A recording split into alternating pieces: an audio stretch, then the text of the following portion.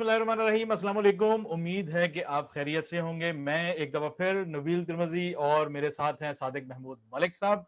जैसा कि हमने अपने पिछले प्रोग्राम में आपसे वादा किया था कि हम लोग अपना जो प्रोग्राम था तालीम और परवरिश के हवाले से, उसको हम एक कुछ नए पर्सपेक्टिव से हम लोग मज़ीद डिस्कस करेंगे आसिया रिजवान साहिबा के साथ। साइकोलॉजिस्ट हैं, बिहेवियर काउंसलर हैं, मोटिवेशनल स्पीकर हैं। तो आज उसी सिलसिले को हम वहीं से जोड़ते हैं जहां से हमने पिछले प्रोग्राम में मुनक़िता किया था। तो मलिक साहब, आसिया साहिबा, क्या हाल है आप लोगों के? बिल्कुल ठीक, टिप टॉप। मलिक साहब, क्या हाल है? मैं तो आसिया को देखकर ज्यादा खुश हूँ आज। अच्छा, माशाल्लाह। गुड हो गया, गुड हो गया। अच्छा मेरे जी, तमाम सुनने वालों को अस्सलाम वालेकुम। वालेकुम अस्सलाम। अच्छा मलिक साहब, आप से ही प्रोग्राम स्टार्ट करते हैं। बच्चा जब पैदा होता है तो उसका जो है ना तो वो नेगेटिव होता है ना वो पॉजिटिव होता है, कच्ची एक साफ स्लेट होती है वो। वक्त के साथ साथ उसमें या पॉजिटिव एनर्जीज आती हैं या पॉजिटिव नेगेटिव एनर्जीज उस पर हावी हो जाती हैं। ये क्या सिलसिला है? इसको हम मेटाफिजिक्स में कैसे इसको हम पढ़ेंगे? बिस्मिल्लाहिर्रहमानिर्रहीम। इस तरह से है जी कि बच्चा ना तो नेगेटिव पैदा होता है ना पॉजिटिव पैदा होता है। वो बाकायदगी से 5 पॉजिटिव और 2 नेगेटिव एनर्जीज लेकर पैदा होता है। ठीक है। मैंने पहले भी एक प्रोग्राम में कहा था कि तालीम और तरबियत से समझ में इजाफा होता है, फितरत नहीं बदलती। ओके। मिसाल के तौर पर ये एक खड़ा मशवरा होता है। एक वो मशवरा है जो हमारे ये साइकोलॉजिस्ट जो बैठे हुए हैं, बाकायदगी से जब लोग इनके पास टाइम लेकर जाते हैं तो ये बड़े कीमती मशवरों से नवाजते हैं और उन पर लोग अमल भी करते हैं। होता क्या है?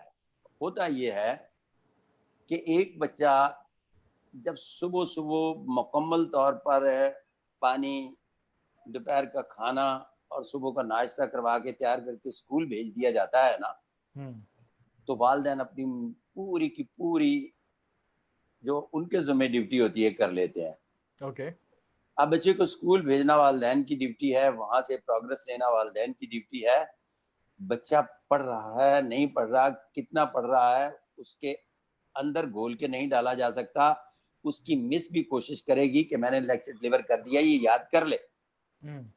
अगर वो नहीं कर रहा तो तंग आकर वालिदैन से कहेगी। वालिदैन जब तंग आ जाएंगे कि इसकी प्रोग्रेस रिपोर्ट नहीं बन रही तो वो मिस से कहेंगे। अब मिस और वालिदैन के दरमियान में होने वाला जो झगड़ा है वो बच्चा एंजॉय कर रहा होता है, इसलिए को बेसिकली क्रिमिनल होता है और पढ़ना नहीं चाहता। ठीक है। हालांकि दोनों फ्रीक जो हैं वो जिस बच्चे के लिए लड़ रहे हो वो बच्चा एंजॉय कर रहा, तंग आ जाते हैं। फिर वो थड़े पर बैठा हुआ जो बाबा है ना, आपने बाबा पिछली दफा पूछा था, तो मशवरे बड़े मुफ्त देता है। ओके। वो बाबा कहता है कि दफा करो जी, इन्हें पढ़ना पढ़ाना कोई नहीं, इन्हें तुसी काम ते भेज दो तो ठीक हो जाएगा। सरदारिया मुंडा तेरा खराब ना हो जाए, तू इनू काम ते भेज दे। वो हुण पहलो 10वीं तक तो मगजमारी करता रहिंदा ते बच्चे नाल पूरी कोशिशां तो थक हारन तो बाद फिर वो बच्चे नू काम ते भेज देंदा।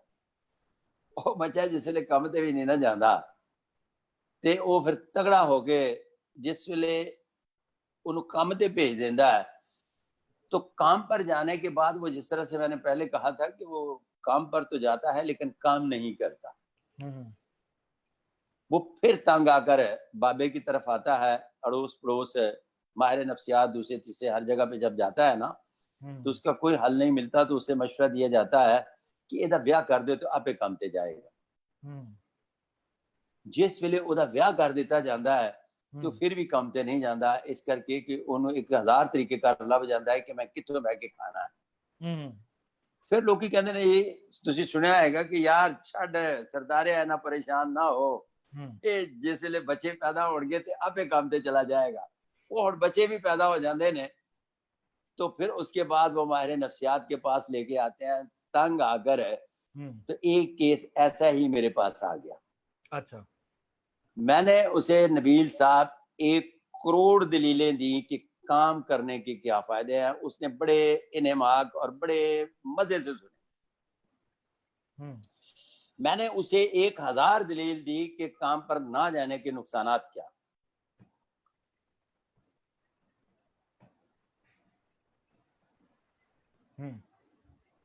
मलिक साहब, उसे बताया कि रही है जी? जी जी जी, बोलिए बोलिए। अच्छा, फिर मैंने उसे बताया कि जब आप काम पर नहीं जाओगे तो उसके साइड इफेक्ट कहाँ कहाँ कहाँ कहाँ किस तरह से होंगे। उससे मेरी पूरी गुफ्तगू सुनने के बाद मेरी आंखों में आंखें डाली तो कहने लगे, मिस्टर मलिक, जिन्नियां तुसी गल्लां कीतियां ने मैनू काम ते भेजण लई कीतियां ने ना। मैं क्या हाँ जी। ते कहंदा तुसी ये चाहते हो ना कि मैं तरक्की कर जावां। मैं क्या जी मेरी बड़ी ख्वाहिश है कि तुसी तरक्की कर जाओ। वो मैनू कहन लगा कि तुसी मैनू यह दसो कि जेड़ा मेरा अब्बा है ये बहुत कामा है ना। मैंने कहा आपका बाप सिर्फ कामा नहीं बल्कि काम की इंतहा करते हैं। तो कहने लगा मेरे दादा बिल्कुल नकामा आदमी था मेरी तरह, उसने एक टके का काम नहीं किया। आप मुझे क्यों मजबूर कर रहे हैं? मैंने बेटा पैदा कर लिया, वो काम पर चला जाएगा। पहले भी दुनिया चल काम रही नहीं थी, करना फिर चल काम नहीं करना अभी।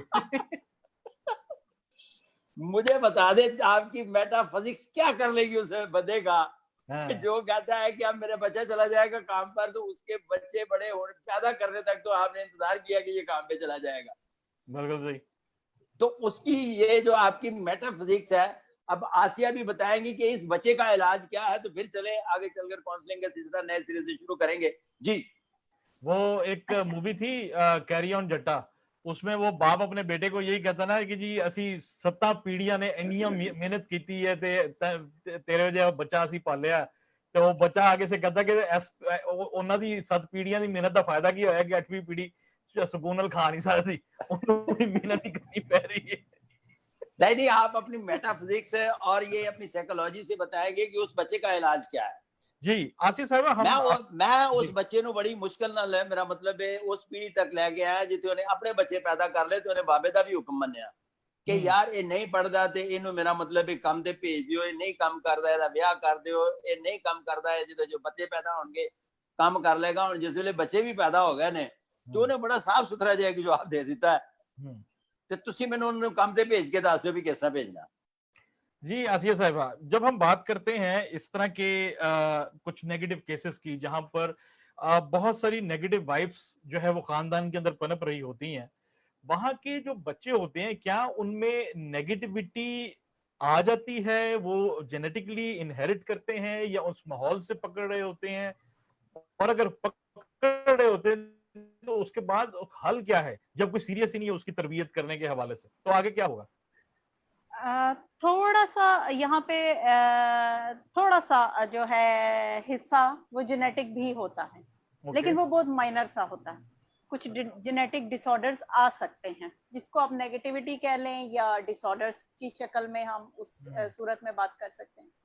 अब एक है कि वो जिस एनवायरनमेंट में उसका ग्रोथ हो रही है, अपब्रिंगिंग हो रही है, किन हाथों में वो पल बढ़ रहा है, किन बिहेवियर्स के साथ वो डील कर रहा है, उसकी जो सराउंडिंग में है, कैसे उसको हैंडल किया जा रहा है, ये सारी चीजें बहुत मैटर करती हैं उसकी अपब्रिंगिंग में। अब ये सारी अगर तो नेगेटिव हैं तो जाहिर है उसके बिहेवियर में बहुत कुछ चीजें नेगेटिव होंगी, उसका सारे अमल नेगेटिव होगा, उसकी सोच नेगेटिव होगी, उसका कैरेक्टर उसी पे डिपेंड करता है, उसके जो पर्सनैलिटी ट्रेट्स हैं वो सारा कुछ होती है, नेगेटिविटी बहुत होती है। अब एंड रिजल्ट इन सारी चीजों का क्या होता है कि उसको बहुत ज्यादा जो मेंटल इलनेस भी हो सकती है, उस साइड पे जा सकता है, डिसऑर्डर्स तो होंगे ही होंगे। मेंटल इलनेस और चीज है, डिसऑर्डर्स और चीज होती है। जब डिसऑर्डर्स को डील नहीं किया जाता तो फिर वो इलनेस बन जाती है, वो एक परमानेंट डिजीज हो जाती है। डिसऑर्डर्स वो चीज है जिसको हम मैनेज कर सकते हैं। ये बचपन के अंदर भी ये जो है डील किया जा सकता है, इसको शुरू बिल्कुल किया जा सकता है। जैसे अभी मलिक साहब ने एक स्टोरी सुनाई, जो सच्चा वाकया है या स्टोरी है, व्हाटएवर जो भी है। नहीं सच्चा वाकया, मलिक साहब सच्चे वाकयात ही बताते हैं, यकीन है, नो डाउट नो डाउट। मैं हर वाकये को ना एज अ स्टोरी लेती हूँ, मेरी माइंड में एक फिल्म चल रही होती है, इनफैक्ट फिल्मी माइंड है मेरा। जी। तो होता क्या है, अभी आपने हमारे माशरे में एक सोच है कि अच्छा ये अगर काम नहीं करता तो इसका जो इलाज है वो ये है कि इसकी शादी कर दी जाए, और अगर इसकी शादी नहीं हो रही है तो चलें किसी तरीके उसकी हो गई शादी, अच्छा अब जब इसके बच्चे हो जाएंगे ना तो ये ठीक हो जाएगा। ये हम उसके मेंटल डिसऑर्डर से डील करने का हमारी सोच आप देखें कि क्या है। एक बंदा जो मेंटली फिट ही नहीं है, हम कितनी भारी जिम्मेदारी उसके ऊपर डाल देते हैं, और हमें उसके एंड रिजल्ट पॉजिटिव चाहिए। हमें एक बड़ा हम उससे एक्सपेक्ट क्या कर रहे हैं कि वो माशरे में अपना अच्छा किरदार अदा कर पाएगा? बिल्कुल मेंटली तो वो फिट है, वो कहता है कि तेरे मैं जो 1000 तरीके हैं ना काम करने पर भेजने के, वो सारे समझता हूँ। डिसऑर्डर्स होते हैं अगर तो वो ये सोच होती है। डिसऑर्डरली हद तक ये हाँ फिट आदमी है, हाँ क्रिमिनल माइंड है ये। अच्छा, अगर आप इसको डिसऑर्डर फिट कहते हैं ना, तो फिर आपके मुझे इन ऑर्डर और डिसऑर्डर को समझना पड़ेगा। चले काम को जारी रखें। नहीं, ये सवाल मैं आपसे करता हूँ, ये सवाल मैं आपसे करता हूँ। अच्छा मलिक साहब, हम जब देखते हैं, जिस तरह आपने अब ये एक किस्सा आपने छेड़ दिया है, तो इसमें एक जो चीज है वो आती है गैर जिम्मेदारी की, ठीक है, जो कि एक मर्द की तरफ से जो है वो आती है कि उसको आप जो मर्जी कह लो, वो एक लाओ खाली एक जो है वो कमसनी का दौर जो है गुजारता है। फिर एक गैर जिम्मेदार नौजवान होता है, फिर उसकी उसकी शादी कर दी जाती है इस आस पे कि वो थोड़ा सुधर जाएगा। फिर उसकी जो है वो औलाद भी उसकी बढ़ा दी जाती है इस आस पे कि वो सुधर जाएगा। अब वो मुसलसल गैर जिम्मेदार है और आगे बच्चे भी वो पैदा कर रहा है, खानदान का जो एक लेगेसी है वो भी किसी जो है उसकी खातिर में जो है वो नहीं आ सकी उसकी नजर में। तो ऐसे हालात में आगे जो बच्चे हैं वो क्या सलूक फिर अपने बाप के साथ करते हैं जो गैर जिम्मेदार होता है? मैंने आपको बताया तो है, वो मुझे बता रहा था क्या कि मेरा दादा जो है वो बड़ा मेरी तरह नालायक आदमी था, लेकिन मेरा बाप लायक आदमी है। और मेरे बाप ने जो नालायक आदमी के साथ सलूक किया वो कमाल का है कि उसने घर बार बना दिया, दुनिया में एक लाइक अहमद, मेरा मतलब दुनिया आबाद करके दे दी एक नालायक मेरे दादे को। अच्छा। तो वो इस बातों का तो सारी का जवाब दे रहा है। नहीं, लेकिन अब मेरे आगे से ये सिंपल सवाल पूछें कि उसकी औलाद पर कोई असर हो ना हो, उसका क्या करना है? चले उसका क्या करना है आप बताइए, हाँ, और उसकी औलाद को उसके साथ क्या सलूक करना चाहिए? वो क्या, वो तो बता रहा है, खुद ही बता रहा है कि मेरा दादा नालायक था तो मेरी औलाद लायक निकला है कि मैं अपने बाप का नालायक बेटा हूँ। वो तो हल बता रहा है उसका। ये वो डिसऑर्डर आदमी हर एक चीज की मेटाफिजिक्स आपकी पूरी तैयार करके बैठा हुआ है कि ये किसी मसले का क्या हाल है। खानदानी जेनेटिक डिसऑर्डर्स, खानदानी लचरपन अब आप मुझे उसका जारी क्या रहेगा करना चाहिए था? जी जी जी जी मैं कह रहा हूँ ये खानदानी जो लचरपन का जो साइकिल है इसी तरह से चलता रहे क्या? नहीं नहीं नहीं नहीं, हाँ अब आए ना होना, जो लोग बुनियादी तौर पर निकम्मे होते हैं उन्हें हम गैर जिम्मेदार कहते हैं, और गैर जिम्मेदार आदमी कभी गैरतमंद। बिल्कुल ठीक है। बेगैरत आदमी का इलाज जूते होता है। ठीक है। एक घर के साथ जब आपने जुल्म कर दिया, पहला आपने जुल्म किया कि उसने एजुकेशन नहीं ली, आपने काम पे डाल दिया। जब आपने काम पे डाल दिया तो वो उस उम्र के हिस्से में चला गया जहां वो अपने अच्छे बुरे की सोच सकता है। ठीक है। अब आपने जब पहला जुल्म किया तो उस बच्ची के साथ किया कि ये काम पर चला जाएगा, अगर इसकी शादी कर दी और उसका कमाई करने वाला बाप उस बच्ची के लाने की वजह से उसको सपोर्ट कर रहा होता है। बिल्कुल सही है। तो यहां से जूते मारे उसके, टका के नस जाओ तेरी मां दी ऐसी थी। ये कौन मारेगा? असल चीज उसका ये कौन बाप, मारेगा? उसका बाप। बिल्कुल ठीक जब है। तक ये जूते नहीं मारता तो वो जितना लेट होता चला जाएगा, वो आपकी जुबान में डिसऑर्डर है, वो पूरे खानदान की तबाही का बायस बनता चला जाएगा। बिल्कुल सही है, बिल्कुल सही है। उसका बेहतरीन इलाज उसके बाद मैंने जो तलाश किया, वो हर आने वाले को कहा कि एजुकेशन के बाद, शादी के बाद इसको जूते मारो और भगा दो। और वो जूते मारकर भगाने वालों में 80% लोगों को मैं दुरुस्त होते देखा। मैंने इसकी, मेरे पास पूरी हिस्ट्री और डाटा है। बिल्कुल ठीक। और जिन 20 को फंसा लिया गया वो आज भी एक अहम शख्सियत के बच्चों की तरह 43, 32, 33 साल के हो गए, टीवी पर बैठकर कह रहे हैं हमारा क्या किया जी। तुम लग्जरी लाइफ गुजार रहे हो, अभी 70 साल का बाबा है, लग्जरी लाइफ, अभी भी काम पर जाता है, 70 किताबें पढ़ता है, इतनी मोटे शीशों की ऐनक लगी हुई है, फिर भी मेरा मतलब 70 नावल का मुताला करता है महीने में। बिल्कुल सही है। अगर उसको लग्जरी लाइफ गुजारने का हक नहीं है तो तेरे जैसे नकमे आदमी को है, जो ना पढ़ सका, ना जो जा सका, जो बच्चे पैदा कर रहा है, इस नकमे आदमी के लिए चीज खरीदे गए हैं। इसने कमे आदमी के लिए ग्राउंड्स बनाई गई हैं खेलने के लिए, उसको बिल्कुल सही। जूते मारो और जूते मार के 20 साल की उम्र में घर से बाहर निकाल दो, जा जाके कमा दिखा। जी बोले आप। जी अच्छा, आसिया साहिबा मुझे ये बताइए कि सजा और जजा का एक तो मलिक साहब ने एक पर्सपेक्टिव दिया कि आप इस तरह के जब जो है एडल्ट के साथ, तो फिर जो है वो तो जमाना, उसके वालिदैन अगर उसको जूते ना भी मारे तो जमाना उसको जरूर जूते मारता है। लेकिन हम ये बात दोबारा थोड़ा सा जरा पीछे आते हैं कि जब टीन्स के अंदर जो पनिशमेंट जो का बाप ने इज्जत कमाई होती है ना, जमाना हाँ उनको जूते नहीं मारता। ऐसी नालायक के 80% 90% बाप जो है ना, जी वो मुआशरे में इतने इज्जतदार होते हैं कि उनकी इज्जत की बुनियाद पर है ये लोगों के साथ ज्यादतियां भी जाकर करते हैं ऐसे बच्चे, और लोग उनको जूते नहीं मारते। सही। अपने बाप के नाम पर, अब अपने बाप के नाम पर ये पुलिस से ज्यादती करते हैं, अपने बाप के नाम पर मुआशरे से ज्यादती करते हैं, अपने बाप के रेफरेंस के हवाले से, इज्जत के हवाले से रिश्तेदारों में ज्यादती करते हैं। यानी इनकी एक ज्यादती करने की इतनी लंबी लिस्ट है जो अपने माँ बाप के नाम पर है। तो इनको जमाने ने क्या जूते मारने हैं, जमाने वाले तो इनसे बच रहे होते हैं। जी सर।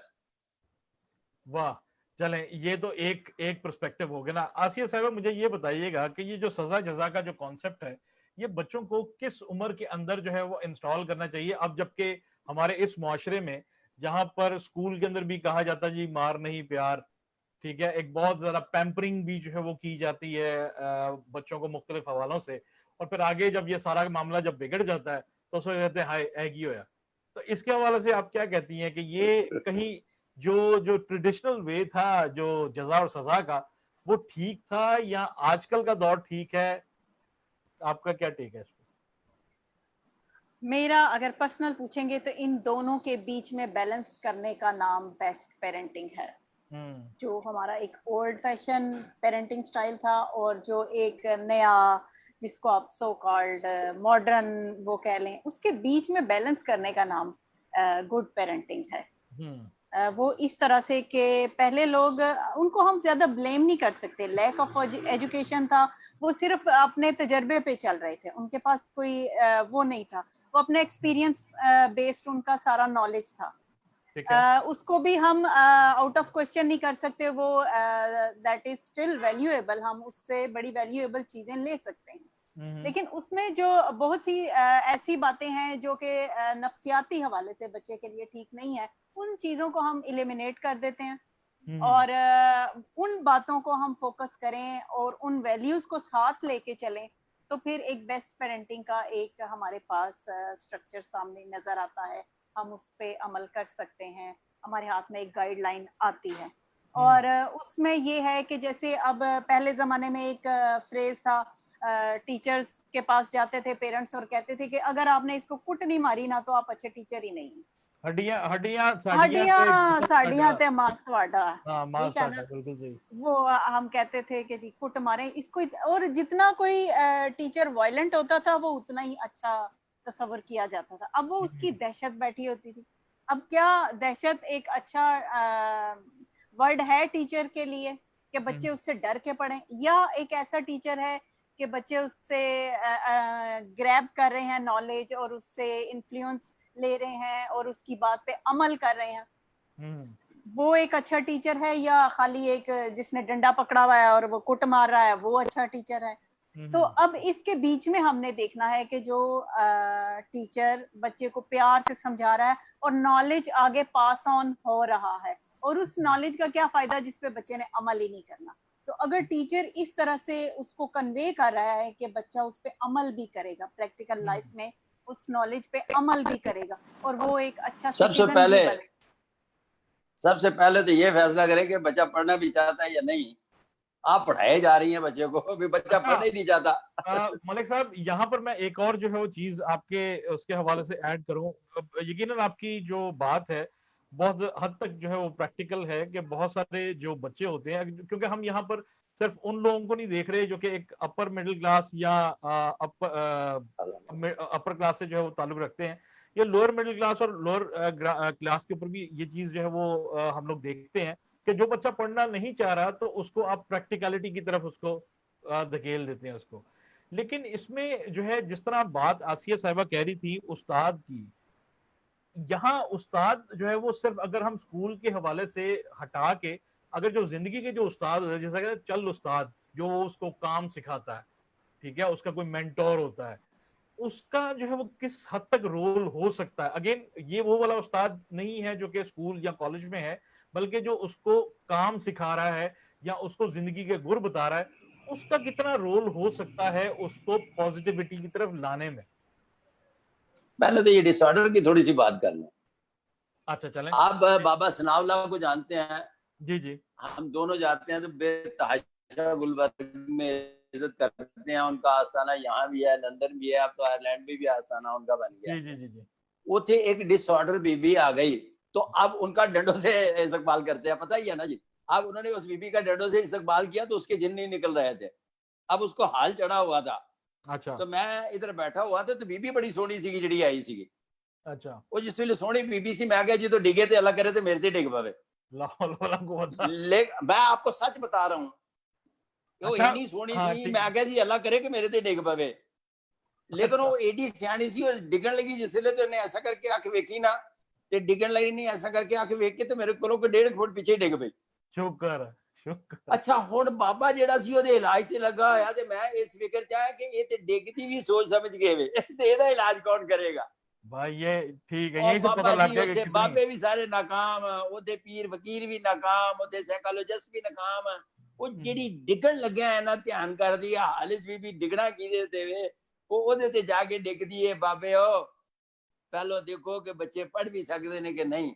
इसे करके 3-4 किस्म के स्कूल ऑफ थॉट्स है जो पाकिस्तान में नहीं है कि हर बंदा ये चाहता है कि उसका बच्चा डॉक्टर बने, हर बंदा ये चाहता है कि अंग्रेजी स्कूल में पढ़े, हर बंदा ये चाहता है अपने हालात से बाहर रहकर पढ़ाए, पहले चीजों को मैक्सिमम और मिनिमम पे लेके जाए, मैक्सिमम और मिनिमम पे ले जाने के बाद मैट्रिक तक लेके जाए।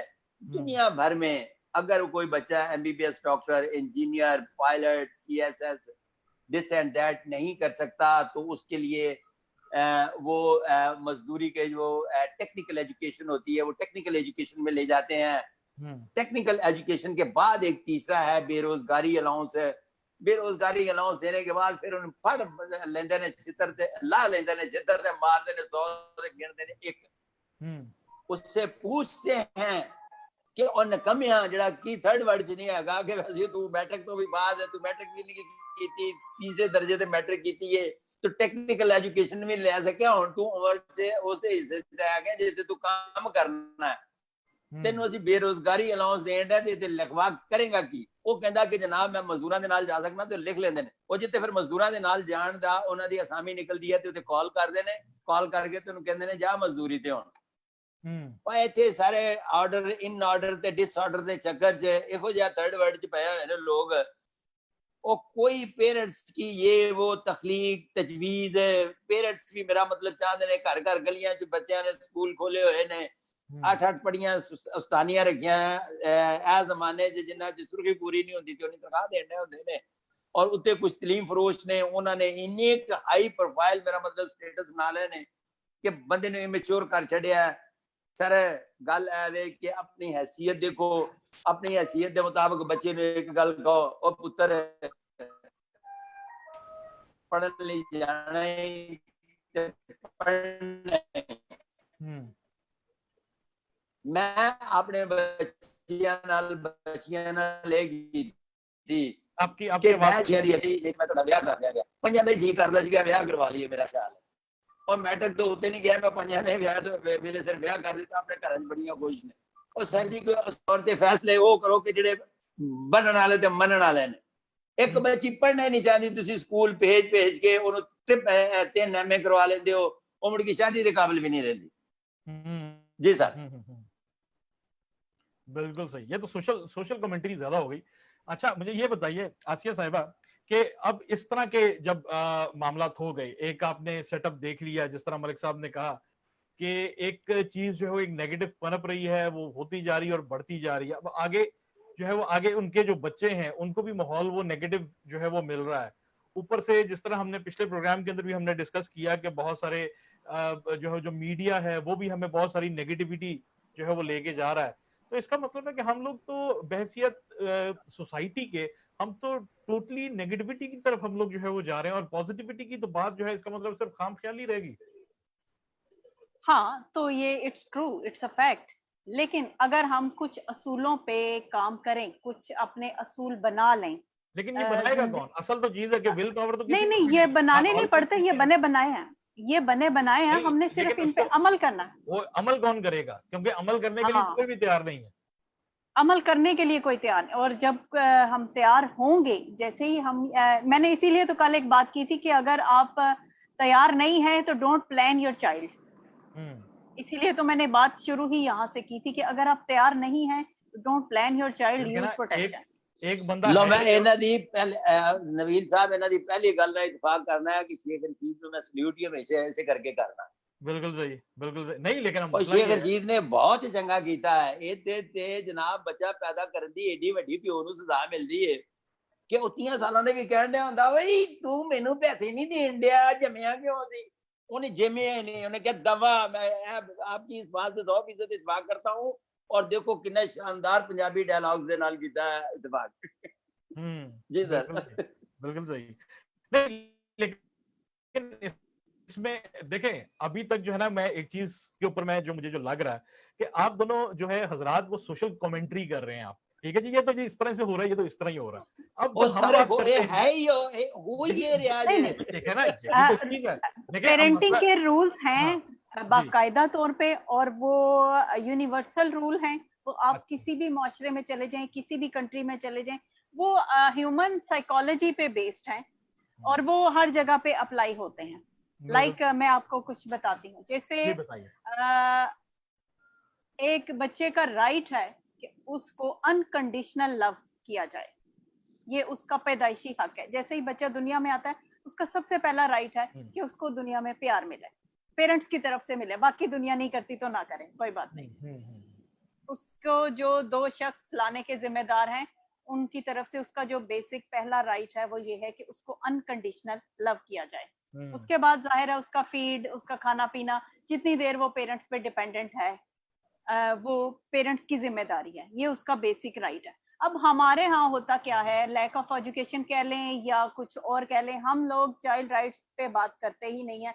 पेरेंट्स को पता ही नहीं होता, 6-6, 7-7, 8-8, 10-10 बच्चे होते हैं, उनको ये नहीं पता कि हमारे बच्चे के राइट क्या हैं, या बाकी हमारे इर्द गिर्द जो बच्चे हैं उनके राइट क्या हैं।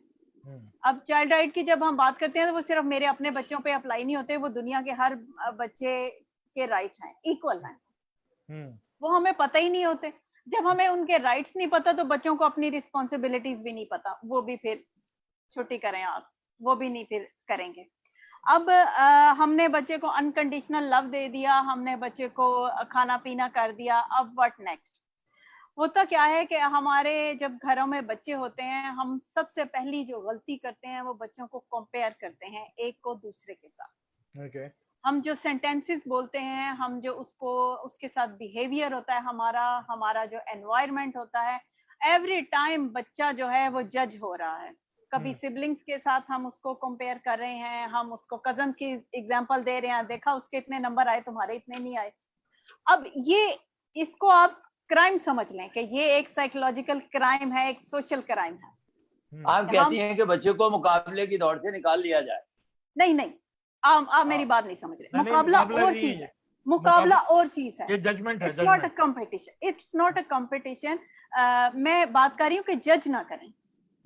कंपटीशन और चीज होती है, जज करना और चीज होती है। मैं बात कर रही हूँ कि हर बच्चा खुदा की तरफ से कुछ क्वालिटीज लेके आया है, उसकी कुछ कैपेबिलिटीज हैं, उसमें कुछ एबिलिटीज हैं, उनको हमने बाहर निकालना है, ना कि हमने उसको स्प्रेस करना है, हमने उसको दबाना नहीं है, हमने उसकी क्वालिटीज को बाहर निकालना है, पॉलिश करना। अब जब हर बच्चे की क्वालिटीज जो है वो डिफरेंट है।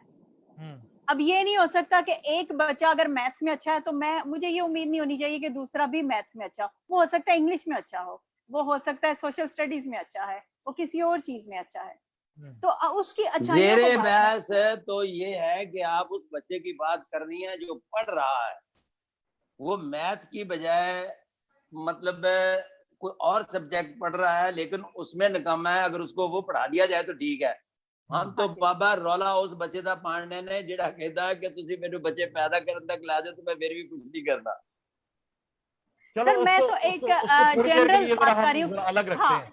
मैं जनरल बात कर रही हूँ, मैं कलेक्टिव बात कर रही हूँ, सारा पे जो अप्लाई होता है जो रूल्स, मैं उसकी बात कर रही हूँ। हमने ये जिनके 8-8 बच्चे होते हैं ना, सॉरी फॉर कटिंग, जो 8-8 बच्चे जिनके बच्चों की बात कर रही है ना, उनके सारे बच्चे इसी तरह के होते हैं। ठीक है, ये 2% की बात ना करें, 98% की जिनकी बात कर रही है उनके तो बच्चे ये होते हैं, तो वो पढ़ते ही नहीं है। मैं वही वो तो बच्चे पैदा करने तक ले जाते हैं उनको, क्योंकि उनको ये नॉलेज ही नहीं है कि मेरे बच्चे के क्या राइट्स हैं, मुझे क्या करना चाहिए। मैं उस पे बात कर रही हूँ कि पेरेंट्स को ये करना चाहिए। अगर पेरेंट्स ये करें तो फिर ऐसी औलाद भी पैदा नहीं होती, फिर औलाद भी थोड़ी अच्छी वाली पैदा होती है, अगर उनको पता हो तो। अच्छा मलिक साहब, एक चीज जो है मैं आपसे यहाँ पर जानना चाहता हूँ। एक तो आपने ये 98% की आपने बात की, जहां पर जो है एक बहुत ज्यादा नेगेटिविटी भी है, लोग उस तरफ से जो उस तरफ को आ भी नहीं रहे, जहां पर उनको तरबियत की भी उनको जरूरत है। अब हम बात करते हैं वो घराने, वो खानदान जो कि तकरीबन अपने आप को बैलेंस रखने की कोशिश करने में लगे होते हैं। कुछ वालिदैन होते हैं जो बहुत ज्यादा ओवर प्रोटेक्टिव हो जाते हैं, ठीक है, 25-25 साल तक जो है वो, बल्कि 30-30 साल तक वो अपने बच्चों को जो है ना, वो जिस तरह बकायदा स्पून फीडिंग कर रहे होते हैं। आगे उनकी अगर शादियां भी कर दें तो वो बच्चा भी जो है वो अपनी बेगम के साथ उतना वही सलूक कर रहा होता है जो कि बस उसको हुक्म में दिया जाता है। तो ऐसे बच्चे जो है जिनको इस हद तक पैम्पर और ओवर प्रोटेक्शन का जो है वो उनको सामना हो, ये क्या मुआशरे के अंदर एक रिस्पॉन्सिबल सिटीजन बन सकते हैं घरेलू लाइफ के अलावा प्रैक्टिकल लाइफ के अंदर?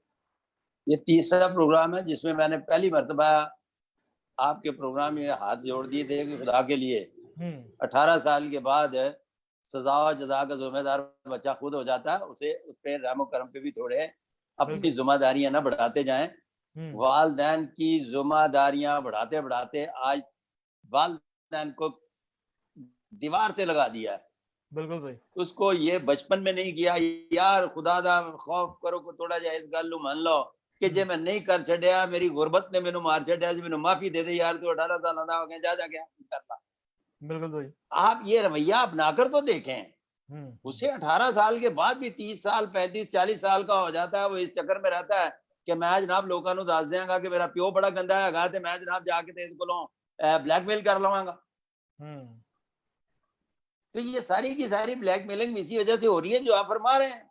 बिल्कुल सही, बिल्कुल सही। लेकिन इसमें इस ब्लैकमेलिंग को बंद करना होगा। अच्छा, लेकिन इसमें एक चीज जो है वो और भी एक आ जाती है, इसमें आ जाता है अदब का पहलू या रिस्पेक्ट का पहलू। हम देखते हैं कि जो हमारे बाप दादा थे वो अपने बाप दादाओं की जिस तरह से रिस्पेक्ट करते थे, बल्कि कुछ जो नेगेटिव किस्म के चौधरी हशमत टाइप के होते थे, वो कहते थे अपनी बुढ़ी ਨੂੰ तलाक दे दे, तो वो भी जो है ना सर नीचे करके कहता जी ठीक है जी अब्बा जी, जो भी इस तरह ਅਸੀਂ कर लेने। ठीक है, अब वहां पर वो रिस्पेक्ट के चक्कर में या अपनी ईगो के चक्कर के अंदर वो अपने खानदान को बर्बाद करने पे जो है वो लगा हुआ है। तो वो क्या आगे जो है वो मुआशरे के अंदर वो खुद जो है वो अपनी पर्सनल लाइफ के अलावा वो क्या कंट्रीब्यूट फिर वो कर रहा होगा? अच्छा, ये जो आपने नबील साहब लाइफ होती और ये मिसाल दी, तो उसका रिजल्ट तो हमारे सामने है ना, वो कुछ साल पुरानी बात है। तो हम देखें ना, हम किस सोसाइटी में मूव कर रहे हैं, उसका एंड रिजल्ट क्या है हमारे पास, हम किस सोसाइटी में बैठे हैं। तो रिजल्ट तो हमारे हाथ में है उसका, उस सारी सोच का रिजल्ट है। आज हमारी सोसाइटी किस साइड पे जा रही है, इन्हीं सोचों की वजह से जा रही है। आसिया साहब, इसमें एक और चीज है, अब जो है वो ये तो मैंने जो मिसाल दी ये थी आज से तकरीबन कुछ 40-50 साल पुरानी।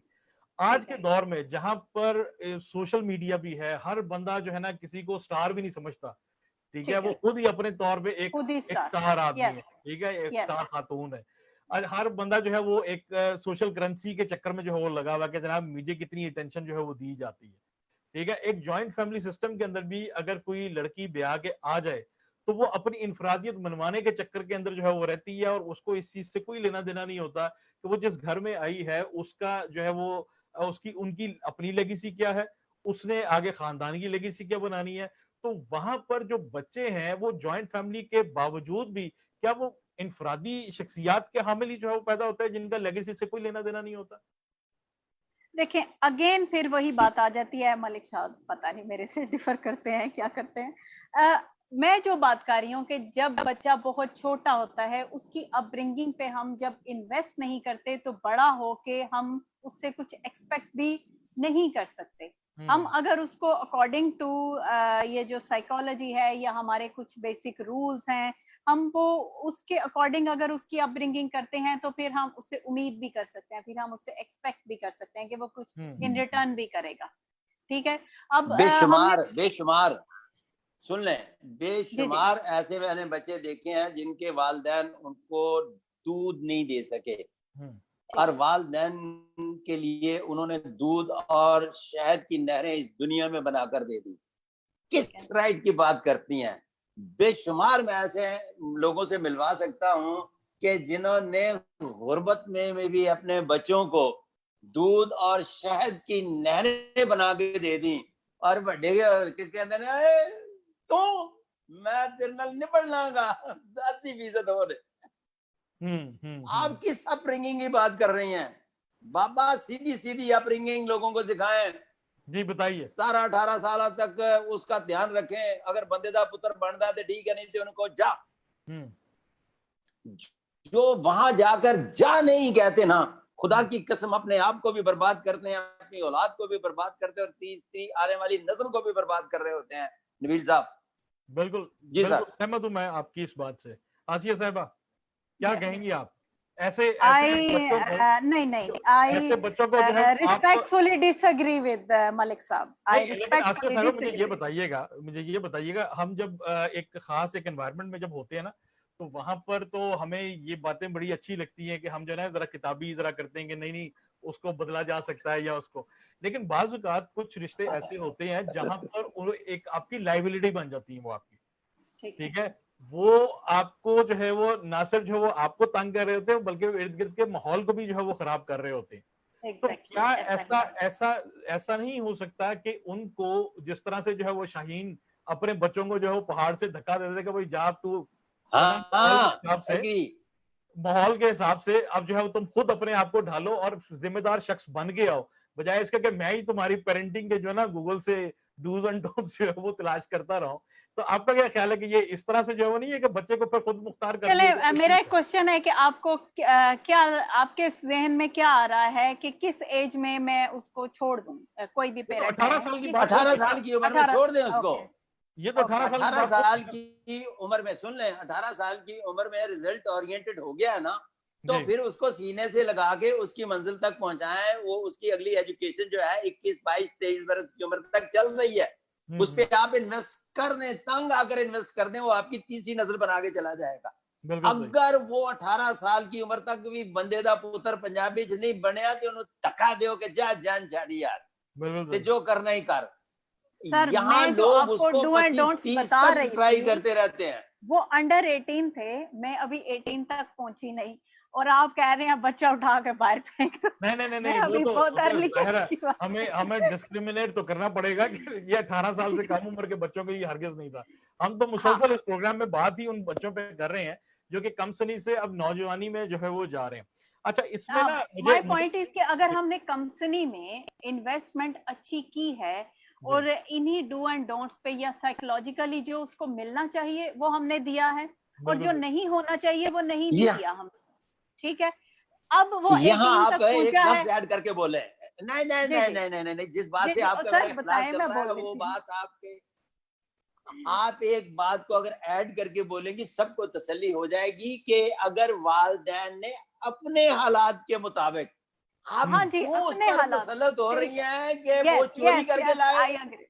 आई एग्री सर, आई एग्री, अपने हालात के मुताबिक। मैं इसके अंदर ना आप दोनों की बात से ना एक चीज जो है वो मुझे एक चीज याद आई। हमारी एक केमिस्ट्री की टीचर थी, मैडम जैनब उनका नाम था, स्कूल में। उन्होंने अपने बाप से, उन्होंने अपने वालिद से जो है वो सुना था, जो कि उन्होंने अपने बेटों को जो है वो समझाया था, और वो उन्होंने फिर आगे हमारी जो टीचर ने हमें ये चीज नसीहत की थी कि बेटा एक चीज याद रखना कि 18 साल की उम्र तक कोशिश करो कि हर बुरे काम से बचो। अच्छा, उन्होंने कहा जी कि ये क्या बात हुई, 18 साल के बाद जो है वो आप फिर उसके बाद आजाद है? कहता 18 साल के बाद जो है बचो तो सही, उसके बाद खुद ही दिल ही नहीं करेगा तुम्हारा नेगेटिव होने का। तो ये फिर हमने प्रैक्टिकल इस चीज को जो है वो देखा। मलिक साहब, मैं जाते जाते ना मैं आपसे एक फरमाइश करूंगा। मुझे याद आ रहा है एक दफा प्रोग्राम के अंदर आपने एक वाकया सुनाया था कि गुर्बत में सबर और अमारत में अगर शुक्र ना किया जाए तो लोग जो है वो उसे जूते बड़ा मारते हैं।